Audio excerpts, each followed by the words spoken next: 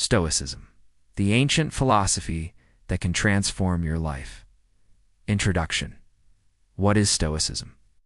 In a world dominated by noise, urgency, and emotional turbulence, many people are turning to a philosophy that dates back over 2,000 years, Stoicism. But what exactly is Stoicism? Is it about suppressing emotions or living like a monk? Not at all. At its core, Stoicism is about mastering your inner world so that the chaos of the outer world doesn't control you. Rooted in ancient Greece and refined in Rome, Stoicism was founded by Zeno of Citium and made famous by philosophers like Epictetus, Seneca, and Marcus Aurelius. It teaches us how to face adversity with courage, how to live with integrity, and how to pursue virtue over pleasure. And perhaps more importantly, it shows us how to develop a mindset of resilience and calm in an unpredictable world. 1. The origins of Stoicism. Stoicism began around 300 BCE in Athens. Zeno of Citium, a merchant who lost everything in a shipwreck, discovered the works of Socrates and began to study philosophy. He eventually started teaching his own ideas on a painted porch in Athens called the Stoipoikos, hence the name Stoicism. The philosophy gained traction because it wasn't just theoretical, it was practical. It answered the question, how should we live? As Stoicism evolved, it spread to Rome where it found fertile ground. Roman Stoics like Seneca, a wealthy advisor to Emperor Nero, and Epictetus, a former slave-turned-teacher, gave the philosophy a real-world edge. And then there's Marcus Aurelius, the Roman emperor, whose personal journal, now known as Meditations, remains one of the most influential philosophical texts of all time. 2. Core principles of Stoicism. To understand the power of Stoicism, we need to grasp its central teachings. The Dichotomy of Control, the most famous Stoic principle. There are things within our control, like our thoughts, actions, and attitudes, and things outside our control, like other people's opinions, the weather, or global events. The Stoic challenge. Focus only on what you can control.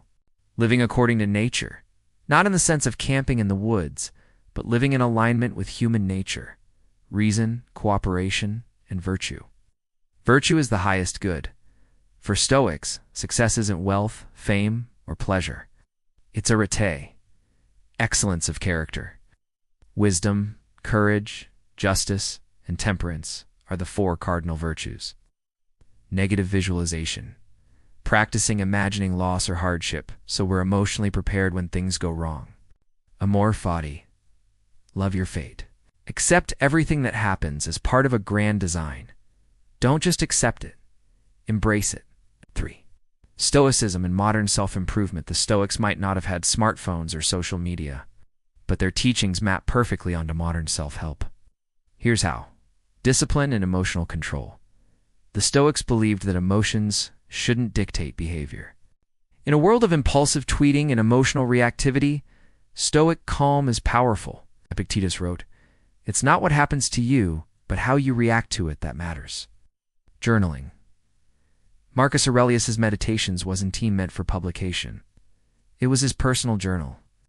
Today, journaling is a proven way to clarify thoughts, improve mental health, and track growth. Purpose-driven living. Stoicism encourages asking, is this essential? It aligns well with the minimalist and intentional living movements. Resilience. Life throws punches. Stoics don't complain, they adapt. Seneca said, "A gem cannot be polished without friction, nor a man perfected without trials."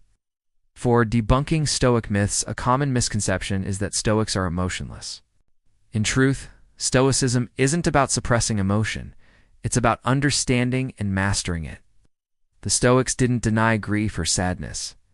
Seneca grieved deeply over the death of a loved one. Marcus Aurelius lost many children and documented his pain. But they believed in not letting emotions override reason. They aimed for ataraxia, inner peace, not emotional numbness. Another myth is that Stoicism is passive. On the contrary, Stoics were warriors, emperors, and politicians. They engaged with the world, they just didn't get consumed by it. 5. Stoicism versus other philosophies compared to other traditions. Epicureanism sought pleasure in absence of pain. Stoics saw pleasure as a byproduct, not the goal. Buddhism shares a lot with Stoicism: detachment, mindfulness, and impermanence. Existentialism focuses on meaning in a chaotic universe. Stoicism accepts the chaos and still finds meaning through virtue. 6. Applying Stoicism to daily life.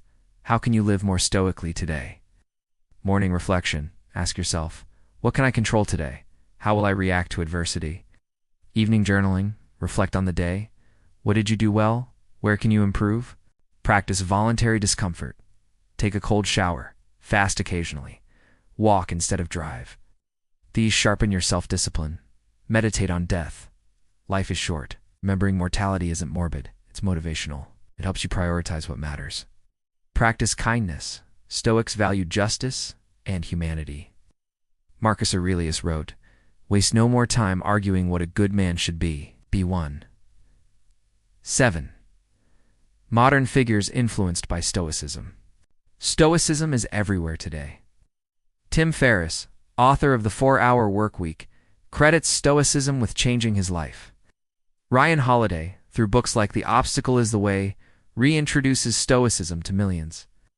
Navy SEALs train with Stoic principles: control the controllable, embrace discomfort, stay calm under fire.